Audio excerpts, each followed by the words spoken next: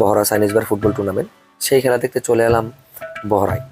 বিকেলবেলা খুব সুন্দর একটা পরিবেশ, খুব সুন্দর একটি আয়োজন। ছোট বড় আবাল বৃদ্ধ সবাই মাঠের দর্শক হিসেবে উপস্থিত। খেলা শুরু হলো, টান টান উত্তেজনার খেলা। আক্রমণ পাল্টা আক্রমণে জমে উঠলো খেলা।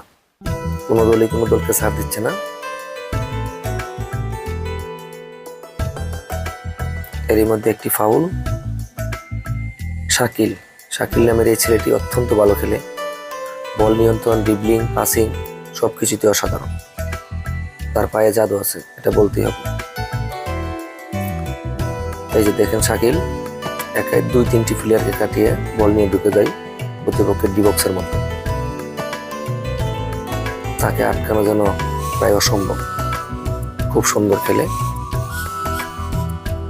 এরই মধ্যে গোল করে শট।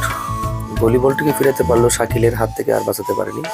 শাকিল খুব সুন্দর করে সুযোগ দিতে গোলটি প্রতিপক্ষের জালে ঢুকিয়ে দিল। একটি গোল হজম করতে না করতেই প্রতিপক্ষের প্লেয়ার আবারও বলটি নিয়ে ডি বক্সের মধ্যে ঢুকে গিয়ে শাকিল কখনোই সুযোগ মিস করে না। আরো একটি গোল। দর্শকরা উল্লাসে ফেটে পড়লো মাঠের মধ্যে। সবাই খুব খুশি।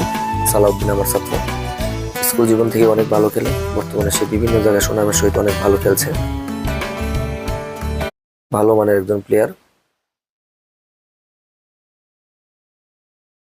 তো এরই মধ্যে বিজয়ের বাঁশি উল্লাসে ফেটে পড়লো সবাই, এবং মাঠের মধ্যে দর্শকরা উল্লাস করতে শুরু করলো। চ্যাম্পিয়ন পুরস্কার হাতে নিয়ে তারা সব উদযাপন করার জন্য মাঠে চলে গেল। সবার মনে রং লেগেছে। এই আনন্দে সবাই খুব আনন্দ করলো মাঠের মধ্যে। তো খুব সুন্দর একটি খেলা উপভোগ করলাম। ধন্যবাদ সবাইকে।